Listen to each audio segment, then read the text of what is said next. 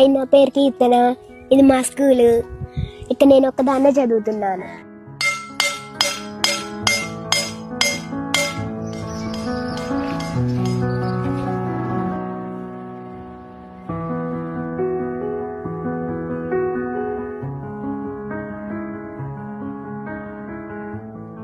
మళ్ళీ 9కి ఏమో మా నాన్న తింపుతాడు. ఆ తర్వాత ఫస్ట్ టైము ఇంగ్లీష్ చదువుతా, తర్వాత తెలుగు చదువుతా.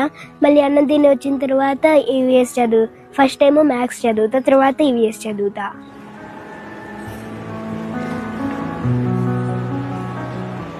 టీచింగ్ ఎప్పుడు ఒకటేలా ఉంటుంది సార్. అది 10 మంది ఉన్నా 20 మంది ఉన్నా ఒకళ్ళున్నా ఒకటేలా ఉంటుంది. దానిలో ఎలాంటి చేంజ్ ఉండదు. కాకపోతే బర్డెన్ తగ్గుతుంది సార్.